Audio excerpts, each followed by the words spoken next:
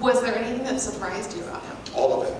You know, how fast he was, how fluid he was. Man, he was really hard to hit. Like, he was able to shoulder roll, and man, that talking it definitely kind of bothers you a bit. You're like, you know, I can't run my mouth as well as he can, but man, it was truly something special, and everything that I looked forward to. What was he saying? Because we couldn't hear it. We had it off because we had somebody back here. So. Oh, he was talking trash with like every move that I did. I tried to hit him in the body, like, no, that was my arm, you missed. And then he'd like comment to my coaches. He was like, nah, he can't do that, he can't do that. And then like, he was just running his mouth the entire time, just various comments on everything. And I noticed afterwards you guys were laughing, hugging, so there's no bad blood or anything between you guys after this? No, we've been super nice to each other every time we ran into each other, and you know, we've been talking about this fight for a little while now, and our schedules just didn't seem to add up, but we knew we were going to fight each other eventually, and I've been a fan of his way back when, and so this was actually a long time coming and a true honor to be able to compete with him. Do you prefer to have a fight like that where you have a relationship with them a little bit, or would you prefer going in and either hating them or not knowing them at all? No, I think we talked about this before my fight, is the fact that, man, when you hate somebody, you're afraid to lose to that person, so you fight not to lose. But when you enjoy the person, you can respect the person, you can open up and be creative, and that's when like fun fights happen. Man, the best fights I've ever seen were two friends trying to fight each other, and so I think more respect, and it's going to lead into more fantastic fights. What did your corner say to you between round 1 and 2? They told me a lot. Don't get hit, do less losing and more winning. To control the octagon. We were trying not to headhunt. I got a little mixed up in it, whether it was Bobby's words or whatnot, but we had to pull things back a bit, control the octagon, use some footwork, and try to set a game up versus just trying to run in head first. Where would you rank this win? Man, every single win, every single fight is like a little baby, a little story.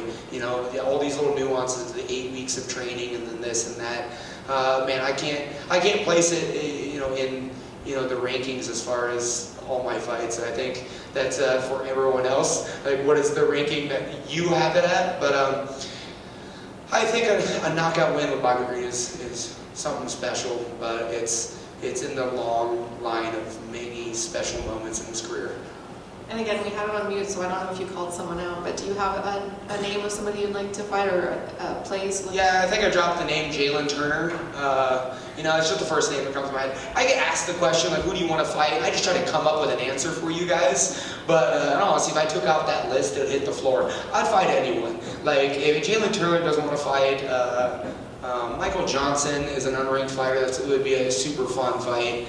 And there's guys with special grappling and wrestling abilities that I'd like to test myself against. I'm not picky. I said yes to about 5 fights before Bobby Green agreed. So who do I want to fight? All of them. Why Jalin? I don't know, because he beat Brad Riddell, and Brad Riddell beat me, and so I want to avenge that through the transitive property, you know? Yeah, so, and then he's ranked 10, and man, 6'3" is a problem. So, like I said, man, Bobby Green was, running his mouth, being creative. I like interesting problems, and 6'3" is one of them. What's your goal for 2023? More wins, more knockouts, more entertaining, more opportunities in front of you guys. Just more. I'm not satisfied. True. Jalin Turner said on Twitter that he already made the call and he was ready to fight. So, with that being said, when's the perfect kind of turnaround? When would you like to get in the cage again? I think we're looking at trying to fight in April. I'd like to get another one before my baby comes out. So April is a good time. Twitter is not a contract. I see people blowing smoke over Twitter all the time, but it doesn't mean anything until that paperwork's in front of you. So yeah, I'm enjoying this moment. If he wants to fight, we'll talk about it. Speaking of that, Daddy Drew, is Daddy Drew going to be a problem in 2023? Yeah, it's going to be a problem. Right? I'm no longer feeding myself. So this daddy strength is going to be in the right hand, I'm assuming. So we're going to have both left and right going.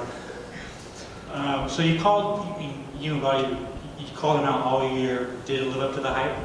Yeah, absolutely. He's everything I expected and more, and I'm wearing it on my face. And then 3 fights, 3 finishes this year. Of the 3, which one stands out the most, man? You suffered a lot of adversity in that first one. 277, you were back in front of a crowd. This last one is a fight that you really wanted. Like, which one really stands out to you?